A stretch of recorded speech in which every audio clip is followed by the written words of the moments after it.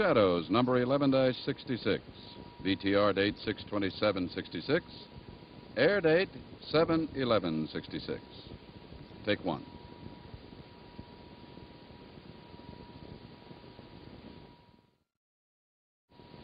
My name is Victoria Winters. Collinwood sits, as it has for almost 130 years, in brooding isolation on the crest of its hill. The secrets of the past have not yet been opened to me, but I've come this far, and I must wait. It's a strange home for me, but even stranger for those who've spent their lives within its walls. Good to see you again, Mrs. Stoddard. Mr. Devlin was kind enough to drive me here. The least we can do is ask him in for a drink. Where did you meet Mr. Devlin? In my hotel room. Oh, it was all very proper, Mother. I called him on the house phone and invited myself up. And he's really not a monster at all. What are you after, Burke? After? Mrs. Stoddard, all I did was drive your daughter home and drop in to say hello. Would you like to go into the drawing room? Thank you. Let me take your coat.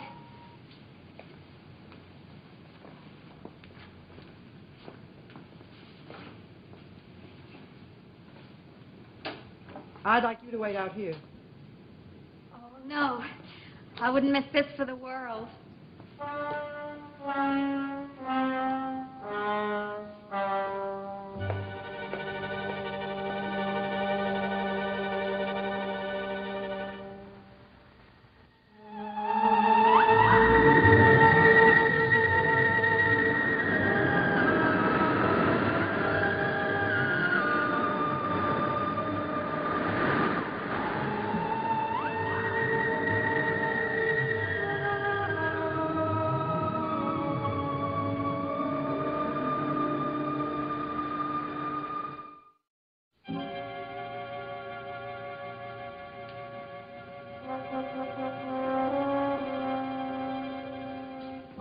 I've never forgotten this room. Gloomy, isn't it? How can you say that? With all your ancestors looking down from the walls at you. They're just as gloomy. It sounds like you didn't teach your daughter the proper respect for the people who founded her fortune. Maybe so. I understand you've made your fortune, Burke. Well, I have more money than I did when I left Collinsport, if that's what you mean. If I had a quarter, I'd have more than I had then. Did business bring you back here? No, ma'am. He wanted to see his old hometown, Mother. That's right, Mrs. Stoddard. 10 years, long time. He gets kind of homesick. I thought you always hated Collinsport. I did. But, like I said, 10 years. Everything begins to seem a little bit rosier. You watch. You go away for a while. This room won't seem quite so gloomy. I'm willing to try that. How's Roger? My brother's very well, thank you. Carolyn's been telling me he thinks I came back to make trouble for him. Carolyn talks too much. Oh, that's ridiculous, Mother. After all the fuss, I thought the least I could do was go to see Mr. Devlin and try to smooth things over. Darling, you know nothing about it. But what difference does it make? Mr. Devlin's only here for a short visit. I know, because he has this big Just a business. minute. Remember your promise. I won't say anything about it. But he's leaving in 2 days. I know it for a fact. Is that true? You're right, Mrs. Stoddard. Your daughter does talk too much.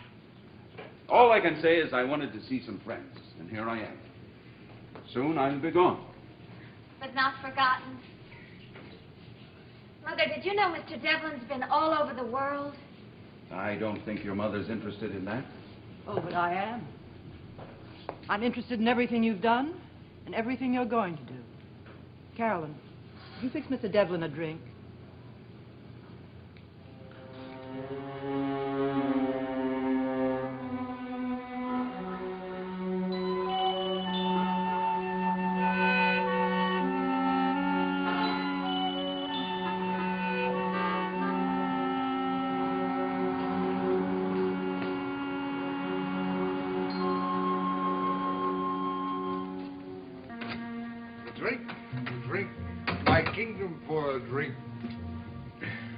That's a paraphrase on a famous author. The name of William Shakespeare. Is my daughter on duty, Mr. Wells? She's taking a break. Oh. But if she were, Mr. Evans, I wouldn't advise you seeing her right now. What's the matter? I don't look well? My hair's not combed? Your hair is fine. It's your breath. Remind me you resent that, Mr. Wells.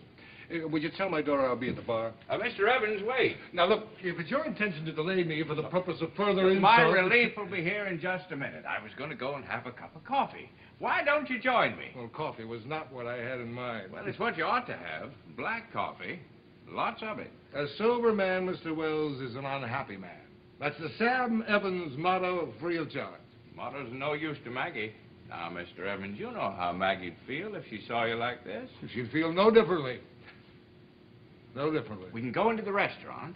If she's not there, of course, we can have some coffee. And by the time Maggie comes You're back... a nuisance, Mr. Wells. Now, if you'll please excuse me.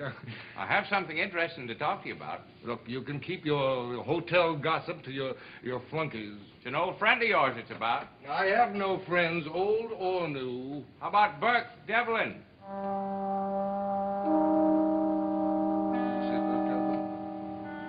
Want to have that coffee?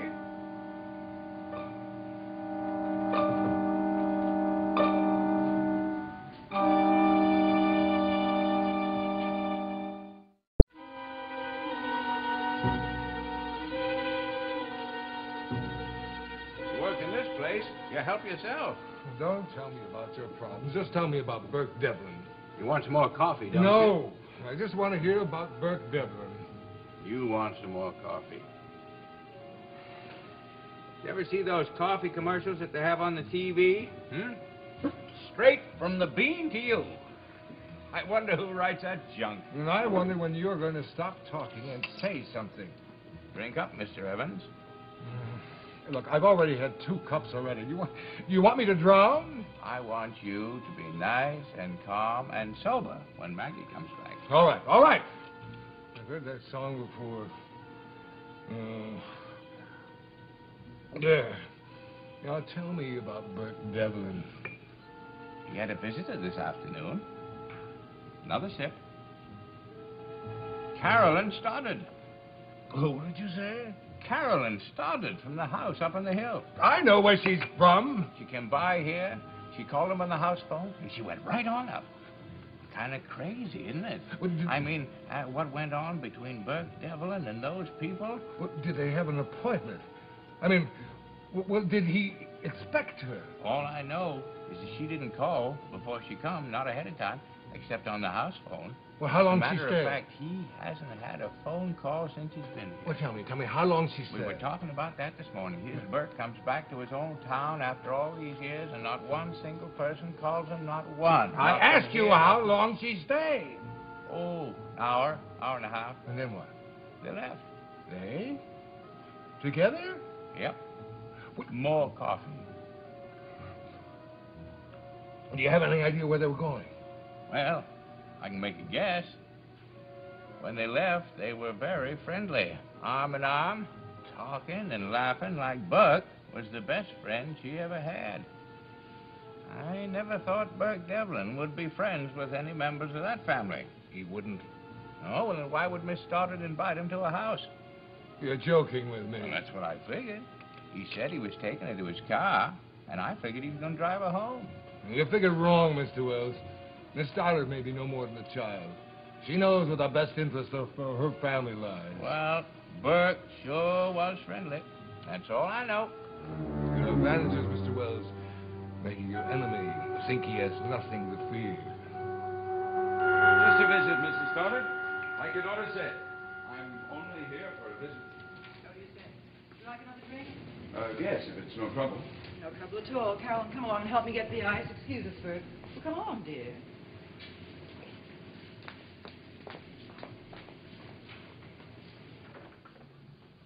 Really, Mother, you didn't have to be so obvious about it. What was all that about 2 days?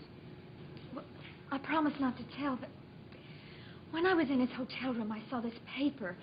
It was about a business deal in Venezuela. It was a lot of money, but he had to be there in a day or two to get it. Well, how do you know he didn't put the paper there just so you could see it? Oh, I thought about that. But then he had this phone call.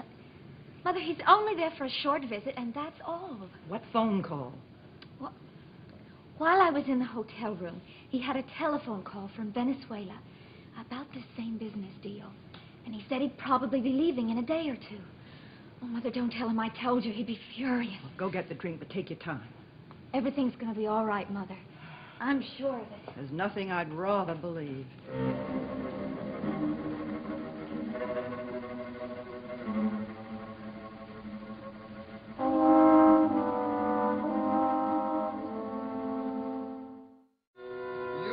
Stop following me around, Mr. Wells. Maggie will be here any minute now. Don't go getting any more to drink. You think I'd let you fill me full of that black poison and then spoil it all with a lovely drink of whiskey? It's not a bad idea. I have more important things to do. You got a dime, Mr. Wells? What? A dime. I don't have any change. I want to make a phone call. Oh, sure. Fine, don't worry. I'll pay you back. It's all right. You'll come right back to the restaurant, won't you? Scout Center.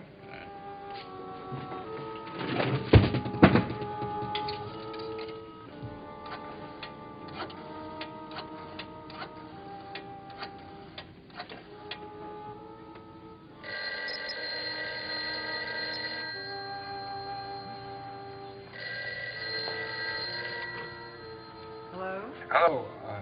I wonder if I could talk to Mr. Collins. He's not in the house at the moment. Who's calling, please? Well, could you tell me where he could be reached, please? Well, he's somewhere on the grounds. Who is this? I was wondering if you deserted me.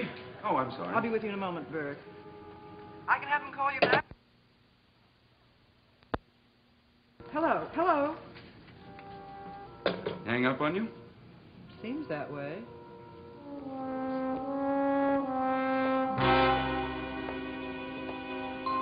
I've been admiring the paintings. That one's Jeremiah, isn't it? Yes. He must have been quite a man to build this house. Burke, I used to like you very much. And I was always fond of you, Mrs. Stoddard.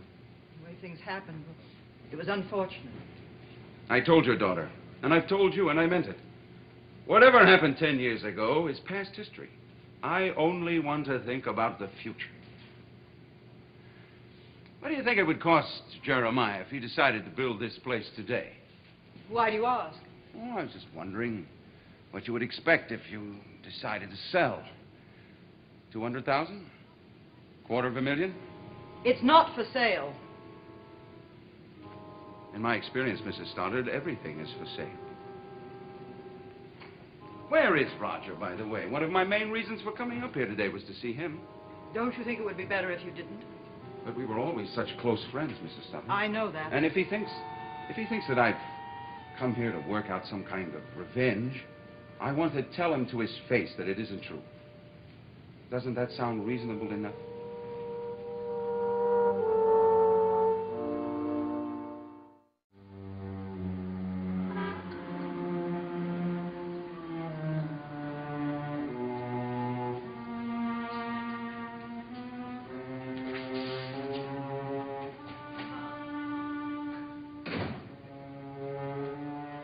Mr. Wells?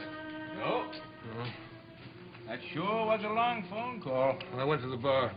Here's your dime. But you promised that you wouldn't. The promises, Mr. Wells, are sometimes made to be broken. I needed a drink. In fact, I need many more. Is there anything I can do? You're really a very kind man, Mr. Wells, which I am not. That's not true. You drink a little too much, maybe, but I've always liked you. And you know how fond I am of your daughter. Maggie. Dear Maggie. Oh, I'm a scoundrel, Mr. Wells. I've created my own hell. I just don't understand. It's fear, Mr. Wells. Fear that makes a man do those terrible things. He was there. I heard his name. Who are you talking about, Buck? The Trojan horse. The smiling gift rolled into the stronghold and waiting to spread its fear. And I will be the first victim of that fear. Why you? I mean, isn't there anything you can do? It's too late. That's the torment. What there was to do, it's too late to do. Now all I can do is wait. Run. You can't go far enough. That's the thing. As many places as you run to, you can never get away from what you are. But you tried, is that it? Growing up in that shack near the water, watching my father scrounge for work, repairing lobster pots, or whatever he could get. I wanted to move, and fast. But instead, I got stopped cold. It wasn't any fun, I can tell you that. Sitting still in one place for 5 years, hearing the world spin for everyone else, knowing I could never be part of it, waiting. It must have been terrible for you. You ought to know how it felt. Me? Well, you're still here, aren't you? Yes, you're still here. Yes. How long has it been now since you've been off this hill? 18 years, isn't it? Yes, but... Well, we all have our prisons, Mrs. Stoddard. That's all I want to say. Some have bars, like mine did. But the real prisons, the ones you can never escape from, are in here. That's true. You've become something of a philosopher since the last time we talked. Well, I've been a lot of places since then, Mrs. Stoddard. Believe me, when I was released from that prison, it was as if coiled wire had been triggered. I wanted to run and look and get things done. I did. And I'm wealthy now. And I picked up a little more understanding along the way. I wish I could believe that. Mrs. Stoddard, we've all lived with what happened to me. You, me, Roger. For 10 years, we've lived with it. And there's nothing I can do to him, or you, or anyone else, for that matter, that could add up to as much as the pain we've all lived with. So I decided to forget it. It's over. The world is still spinning, but I'm in it now. And that's all that matters to me. 1 bucket of ice coming up. Get everything squared away, you two? I don't know. It's really up to your mother.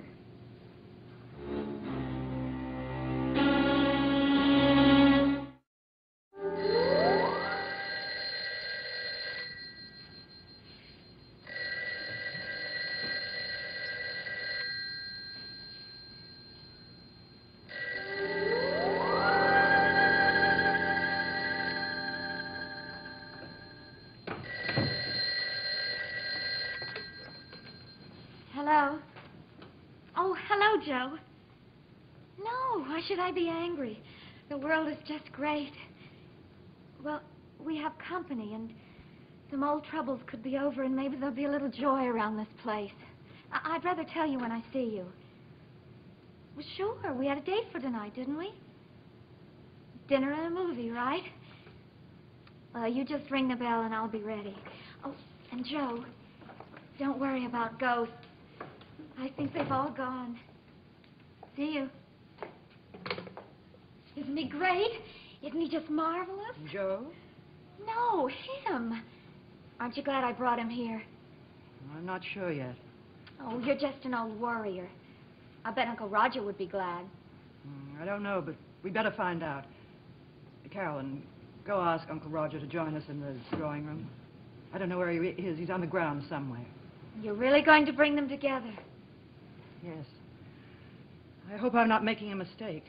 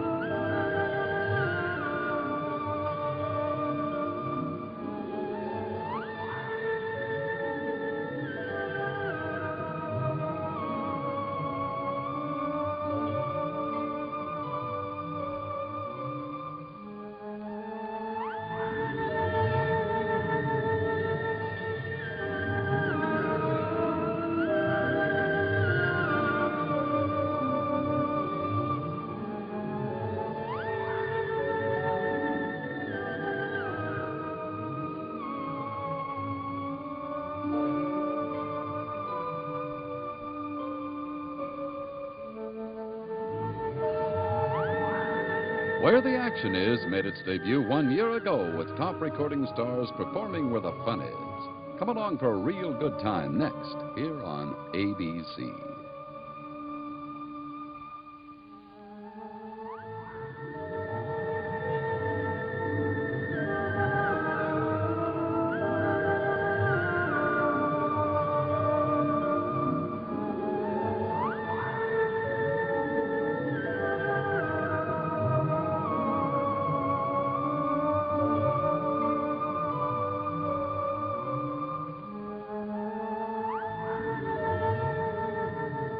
Dark Shadows is a Dan Curtis production.